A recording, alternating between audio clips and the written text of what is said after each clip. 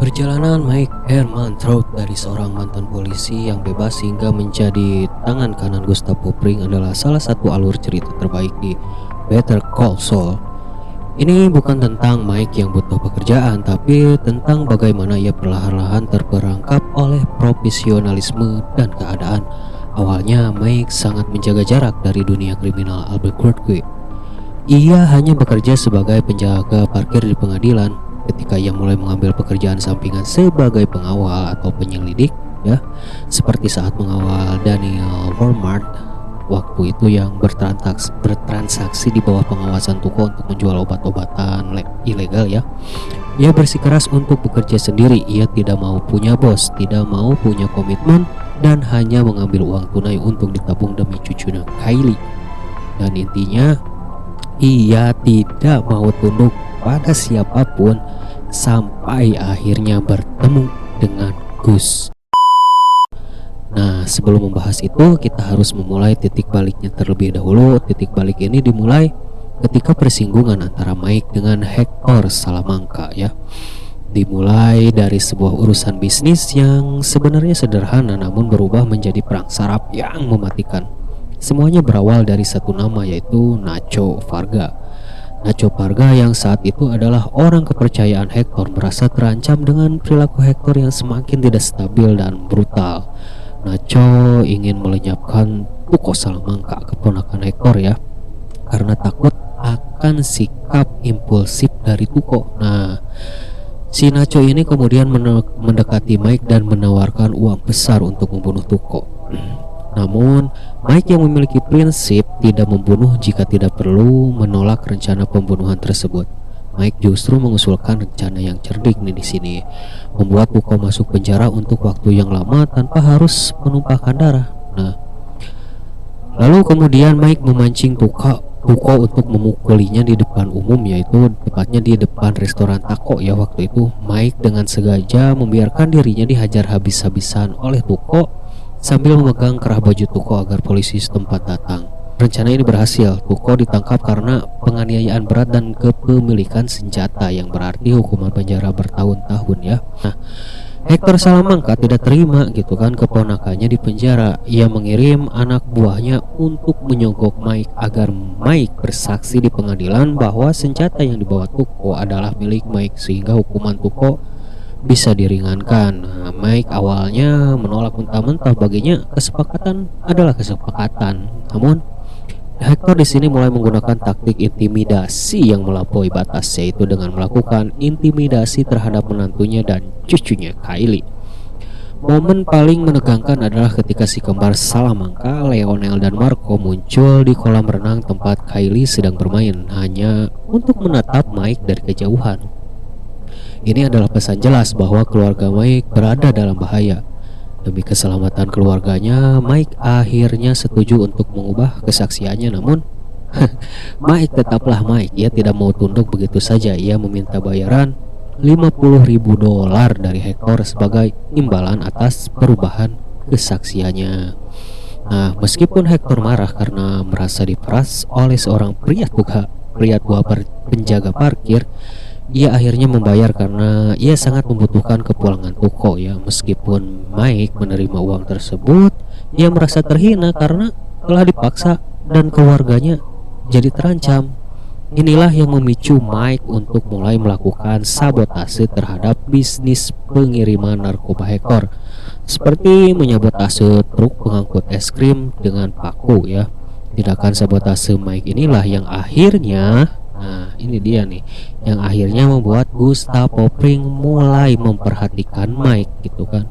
Karena Gus juga memiliki agenda sendiri untuk menghancurkan Hector dan tidak ingin Mike merusak rencana jangka panjangnya.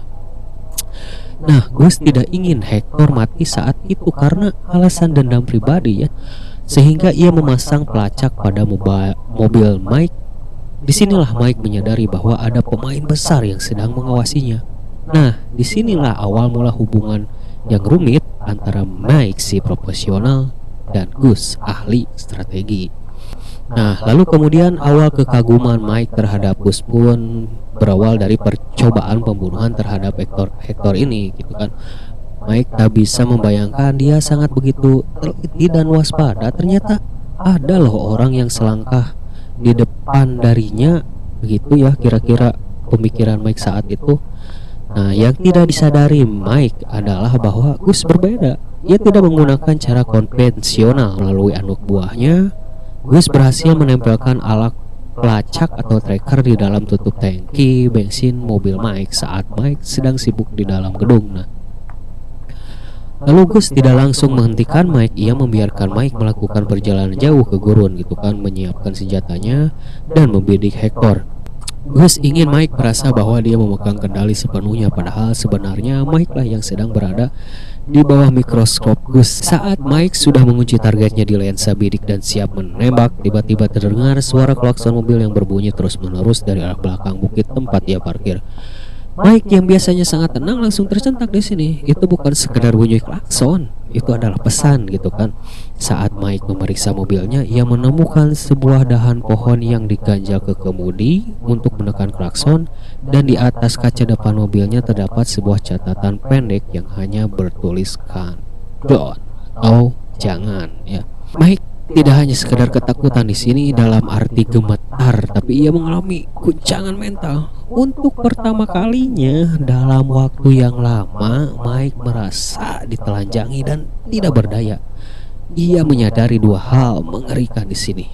Pertama, seseorang berhasil melacaknya tanpa ia sadari sedikit pun, dan yang kedua, orang tersebut tahu persis apa yang akan ia lakukan dan punya kekuatan untuk membunuhnya saat itu juga jika mereka mau. Nah, terus kenapa sih Gus melakukan ini semua? Nah, Gus melakukan ini bukan karena ingin menyelamatkan Hector, tetapi karena ia ingin menyiksa Hector secara perlahan-lahan di masa depan ya. Bukan mati cepat oleh peluru Mike. Dengan cara ini Gus sekaligus melakukan audisi untuk Mike. Ia ingin menunjukkan bahwa hanya ada satu orang di Albuquerque yang lebih teliti, lebih sabar, dan lebih berbahaya daripada Mike Ehrmantraut, yaitu dirinya sendiri. Nah, kejadian ini akhirnya memaksa Mike untuk mencari tahu siapa yang melacaknya, yang kemudian membawa mereka pada pertemuan pertama yang legendaris di tengah gurun. Disitulah Mike mulai menyadari bahwa bekerja bersama Gus mungkin jauh lebih aman daripada bekerja melawan Gus ya. Nah, itu dia awal dari tunduknya Mike terhadap Gus ya, yang tadinya bodoh amat, dia mah tidak mau terikat oleh pekerjaan, tidak mau terikat oleh komitmen, tidak mau punya bos gitu kan.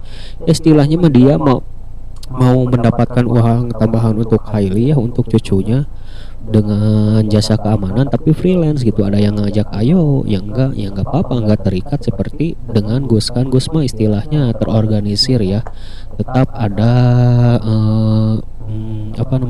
ada bos dan juga anak buah. Nah, Mike tidak mau ikatan yang seperti ini. Itulah awal Mike akhirnya ditundukkan oleh Gus. Oke, kita lanjut ke kesimpulan nih teman-teman ya.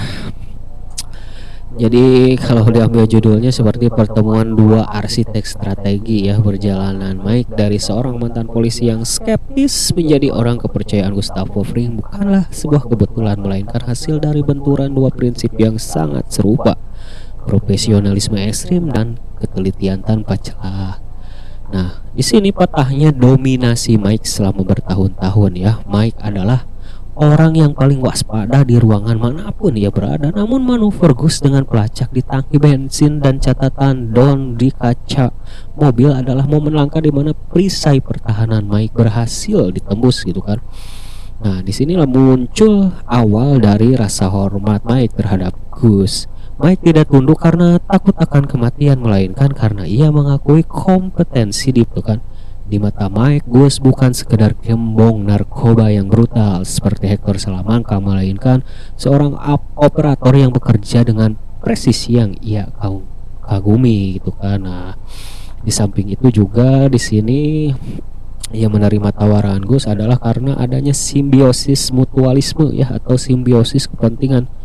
Bagi Gus, Mike adalah aset langka yang memiliki kode etik. Nah, bagi Mike, Gus adalah perlindungan sekaligus sumber daya yang memungkinkan ia memberikan jaminan finansial bagi cucunya Kylie tanpa harus berurusan dengan kekacauan amatir seperti klan Salamanca gitu. Nah, jadi penutup untuk pembahasan kali ini ya, intinya dari kebebasan menuju kesetiaan yang kelam gitu kan. Pada akhirnya Mike Herman Trout adalah sosok yang memilih jalannya sendiri dengan mata terbuka lebar. Meski ia memulai perjalanannya sebagai pria yang tidak mau tunduk pada siapapun, ia menemukan di dalam diri Gustavo Fring seorang pemimpin yang sepadan dengan standarnya ya. Tragedi dari kisah ini adalah bagaimana seorang pria yang begitu menghargai kendali diri akhirnya harus mengakui bahwa dalam dunia yang ia jalani selalu ada seseorang yang selangkah lebih maju. Mike tidak hanya menjadi tangan kanan Gus yang menjadi bagian dari mesin yang paling efisien dalam sejarah kriminal Albuquerque, sebuah pilihan yang memberinya keamanan bagi keluarganya namun sekaligus merenggut sisa-sisa nurani yang ia miliki seperti bunyi klakson di gurun itu. Gus Fring tidak hanya menghentikan peluru Mike tetapi juga menghentikan kemandirian Mike untuk selamanya. Nah, jadi itu dia pembahasan kali ini ya guys ya, yang awalnya kita tidak punya kemungkinan bahwa Mike akan tunduk kepada Gus ya, seseorang yang teliti juga mantan polisi ya, intelijen pula dia. Akhirnya mau bekerja sama dengan Gustavo Fring yang notabene adalah seorang bandar narkoba.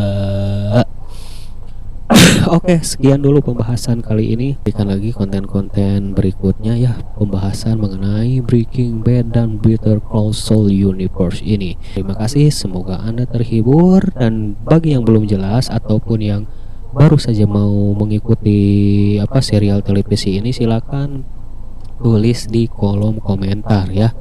Nanti saya jawab sebisanya. Saya Andi Rista, wassalamualaikum warahmatullahi wabarakatuh.